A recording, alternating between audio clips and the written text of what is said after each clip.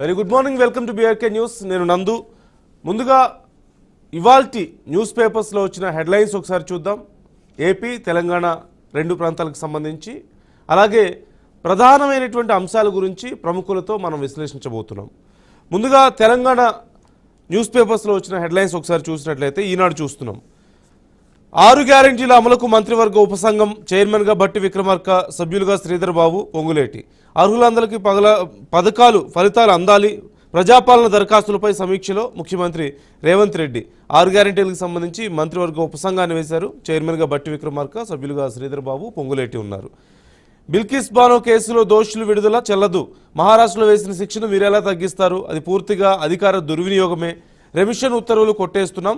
Supreme court కీలక తీర్పు. 2 వారాల్లోగా దోషుల్ని మళ్లీ జైల్లో పెట్టాలంటూ ఆదేశం. బిల్కిస్ బానో కేసుకు సంబంధించి ఒక సంచలనాన్ని మనం చూసాం. ఈ నేపథ్యంలో రెమిషన్ ఇచ్చిన నేపథ్యంలో సుప్రీంకోర్టు దాన్ని కొట్టేసి మళ్లీ వారిని అరెస్ట్ చేయాలంటూ కూడా ఆదేశించింది. కాళేశ్వరం బ్యాక్ వాటర్పై సమగ్ర అధ్యయనం. ముంపును అరికట్టేందుకే నీటిపారుదల శాఖ నిర్ణయం. ఇక పెన్షన్లకు 8 లక్షల కొత్త దరఖాస్తులు. అత్యధికంగా వృద్ధులు, తర్వాత వితంతువులు, దివ్యాంగులు. తెలంగాణలో పెద్ద ఎత్తున ఈ పెన్షన్లు అప్లై చేసుకుంటున్న వారు కనిపిస్తున్నారు. మొత్తం 8 లక్షలకు కొత్త దరఖాస్తులు వస్తున్నట్లుగా కనిపిస్తుంది. ఇక బిల్టును వెంటనే పునరుద్ధరించాలి. రాష్ట్ర ప్రభుత్వం తరపున అండగా ఉంటాం, సీఎం హామీ. పారిశ్రామికవేత్తలకు పూర్తి సహకారం. కోకోకోలా ప్రతినిధి బృందంతో సీఎం రేవంత్ రెడ్డి. కోకోకోలా ఒక బ్రాంచ్ని తెలంగాణలో పెట్టేందుకు ప్లాన్ చేస్తున్నట్లుగా సమాచారం. ఈ నేపథ్యంలో వారితో రేవంత్ రెడ్డి భేటీ అయ్యారు. అసమర్థ అధికారులను నియమించుకొని చెడ్డ పేరు తెచ్చుకోవద్దు. ఎమ్మెల్యేలతో సీఎం రేవంత్ రెడ్డి. 5 ఉమ్మడి జిల్లాల అభివృద్ధిపై సమీక్ష. ఒక్కో అసెంబ్లీ నియోజకవర్గానికి 10 కోట్లు కేటాయిస్తాం. 12 లోక్సభ స్థానాలను ఖచ్చితంగా నెగ్గాలంటూ నిర్దేశం. ఈ నేపథ్యంలో రాబోతున్నటువంటి ఎన్నికల నేపథ్యంలో కీలకమైనటువంటి నాయకులందరినీ పిలిచి రేవంత్ రెడ్డి మాట్లాడుతున్నారు. ఎమ్మెల్యేలతో కూర్చుంటున్నారు. అధికారులను సమర్థవంతంగా నియమించుకోండి, ఎలాంటి ఇబ్బందులు లేకుండా, ఎలాంటి సమస్యలు తలెత్తకుండా మీరు ముందుకు వెళ్ళేలా చూసుకోండి అంటూ వారికి దిశానిర్దేశం చేస్తున్నారు. చాలా గట్టిగానే ప్రయత్నాలు జరుగుతున్నాయి అన్ని పార్టీల నుంచి కూడా.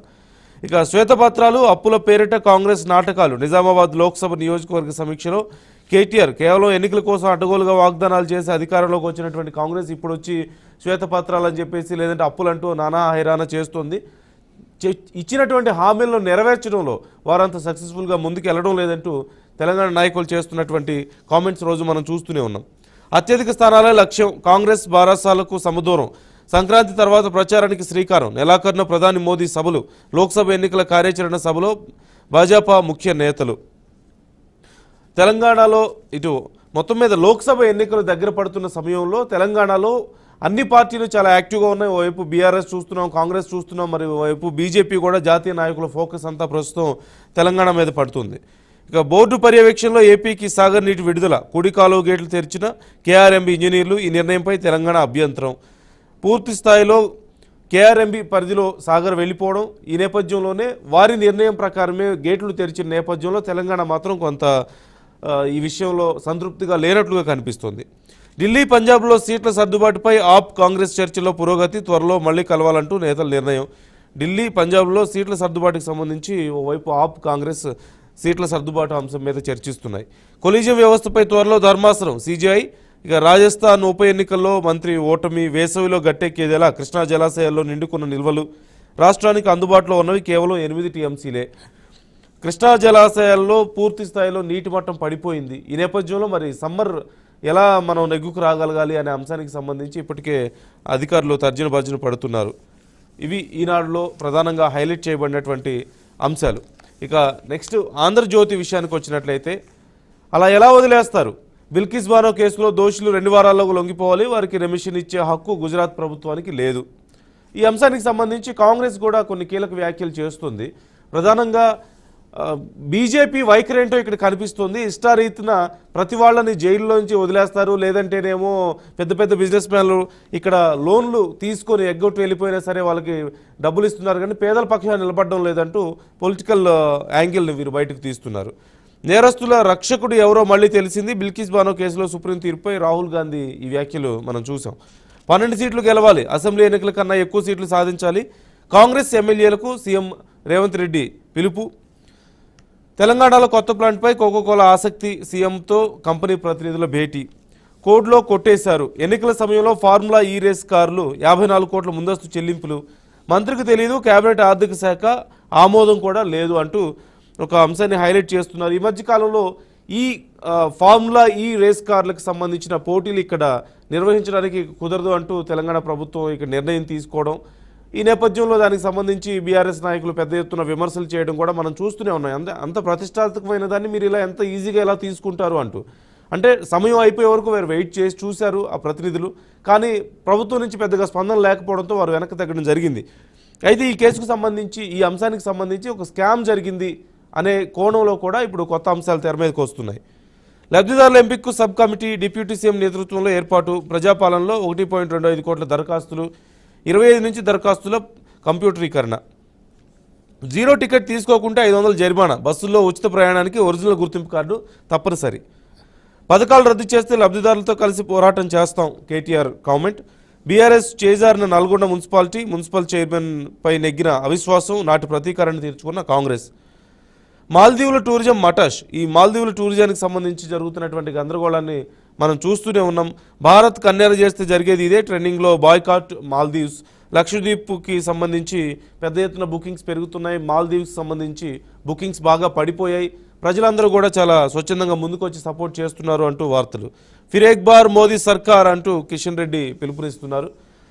ప్రధానంగా ఈ ఫార్ములా ఈ రేస్ కార్లకు సంబంధించిన అంశాన్ని ఆంధ్రజ్యోతిలో బాగా హైలైట్ చేశారు. ఇక అలాగే 12 సీట్లు గెలవాలి అంటూ ఈ లోక్సభ ఎన్నికలకు సంబంధించి కూడా పెద్ద ఎత్తున హైలైట్ చేయడం జరిగింది. ఇక నెక్స్ట్ సాక్షి చూస్తున్నాం.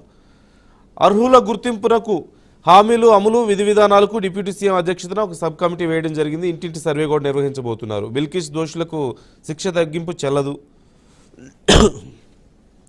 ఎఫ్సీఐకి బియ్యం పంపిణీ వేగవంతం చేయండి. మరింత ముదిరిన లక్షద్వీప్ మాల్దీవుల వివాదం. పథకాల రద్దుకు కాంగ్రెస్ కుట్ర చేస్తుందంటూ కేటీఆర్ కామెంట్. కృష్ణా బోర్డు నియంత్రణలోకి నాగార్జునసాగర్ వెళ్ళిపోయిన అంశాన్ని కూడా హైలైట్ చేశారు. ఫిర్ ఏక్ బార్ మోదీ సర్కార్ కిషన్ రెడ్డి కామెంట్స్. ఒరిజినల్ ఆధార్ తప్పనిసరి, 0 టికెట్ కంపల్సరీగా తీసుకోవాల్సిందే అంటూ ప్రధానంగా ఒక రెగ్యులర్ ఐటమ్సే మనం ఇక్కడ కూడా చూస్తున్నాం. నెక్స్ట్ ఇక వెలుగు చూసినట్లయితే అభయహస్తం అర్హుల ఎంపికకు ఫీల్డ్ వెరిఫికేషన్. ఈ నెల 30లోగా దరఖాస్తులు డేటా ఎంట్రీ పూర్తి కావాలి. రివ్యూలో అధికారులకు సీఎం రేవంత్ రెడ్డి ఆదేశం. ప్రధానంగా ఈ తెలంగాణ ప్రభుత్వం 6 హామీల అమలుకు చేస్తున్నటువంటి కృషి గురించి అన్ని పేపర్లు కూడా బాగా హైలైట్ చేస్తున్నాయి. ఫార్ములా రేస్ అడ్డగోలు లాస్, కేబినెట్ ఆమోదం లేకుండా ఎలక్షన్ కోడ్ పట్టించుకోకుండా ఒప్పందం చేసుకున్నారు అంటూ గత ప్రభుత్వంలో చోటు చేసుకున్నటువంటి కొంత అవినీతికి సంబంధించి ప్రధానంగా ఇక్కడ హైలైట్ చేయడం జరిగింది. ఇక బంగ్లాదేశ్ ప్రధానిగా మళ్ళీ షేక్ హసీనా, బంగ్లాదేశ్ ప్రధానిగా మరోసారి షేక్ హసీనా విజయం సాధించారు. మిర్చి మార్కెట్లో వ్యాపారస్తుల మాయాజాలం అంటూ రైతుల్ని బాగా ఇబ్బందులు పెడుతున్నారు. ఒక కూటమిగా ఏర్పడి వాళ్ళందరూ మూకుమ్మడిగా రైతులను ఇబ్బంది పెట్టే ప్రయత్నం చేస్తున్నారు, ధరలు తగ్గిస్తున్నారంటూ రైతుల ఆందోళన. ఇరిగేషన్ ఈఎన్సీ మురళీధరన్ను తొలగించాల్సిందే, కోటరీనే ముంచేసింది, కార్యకర్తలను ఎమ్మెల్యేలు పట్టించుకోలే, అధిష్టానాన్ని కలవనీలే అంటూ కవిత ఇప్పుడు బీఆర్ఎస్లో కొన్ని విషయాలు కొంత రియలైజేషన్ కనిపిస్తుంది. దోషులను ఎట్లా రిలీజ్ చేస్తారు? బిల్కిస్ బానో కేసుకు సంబంధించి సుప్రీంకోర్టు కీలక వ్యాఖ్యలు. ఫ్రీలాన్సర్లకు మస్తు డిమాండ్, స్కిల్ ఉన్నోళ్లకు ఆన్లైన్లో ఆఫర్లు అంటూ మరొక అంశాన్ని మీరు హైలైట్ చేశారు. రైట్, ఇవి తెలంగాణ పేపర్లకు సంబంధించినటువంటి హైలైట్ చేసినటువంటి అంశాలు ఇప్పటివరకు మనం చూసాం. ఒకసారి ఏపీ పేపర్స్లో ఏమేమి అంశాలను హైలైట్ చేశారు అనేది చూస్తే, నగర రోడ్లపై నరక యాతన, రాళ్లు తేలిన దారులు, నోళ్లు తెరిచిన గుంతలు. ఆంధ్రప్రదేశ్లో రోడ్లకు సంబంధించి అనేక సందర్భాల్లో మనం కథనాలు చూస్తూనే ఉన్నాం. మరొకసారి అలాంటి కథనమే. రాష్ట్రపతి ఎన్నికకు మోగిన నగారా ప్రధానంగా హైలైట్ చేయడం జరిగింది. రహస్య ఓటింగ్ విప్లకు వీల్లేదు, బహిరంగంగా ప్రదర్శిస్తే ఓటు రద్దే ప్రశ్నిస్తే. ఈ అంశానికి సంబంధించి కూడా బాగా హైలైట్ చేస్తున్నారు. రాష్ట్రపతి ఎన్నికకు నగారా మోగిన నేపథ్యంలో మరొకసారి ఒక అలర్ట్ కనిపిస్తుంది అన్ని పార్టీలు. వివేకా హత్యలో కీలక సాక్షి గంగాధర్ రెడ్డి అనుమానాస్పద మృతి. వివేకా హత్య కేసుకు సంబంధించి ఇంకా సంచలనాలు చోటు చేసుకుంటూనే ఉన్నాయి. అన్ఫార్చునేట్లీ ఈ కేసుకు సంబంధించి ఎప్పటిలోపు క్లారిటీ వస్తుందనే తెలియడం లేదు. కానీ ఈ ఎన్నికల్లో మాత్రం ప్రతిపక్షాలకి ఇదొక అస్త్రంగా మారబోతుంది. వడ్డీ తగ్గించాలి, రుణాలు పెంచాలి, సీఎం జగన్. సంచలనంగా మారిన కీలక సాక్షి మృతి అంటూ వివేకా హత్య కేసుకు సంబంధించిన అంశాన్ని మనం మరోసారి చూస్తున్నాం. ఇక నీరు సరే వెళ్ళేది ఎలా? కృష్ణా బోర్డుకి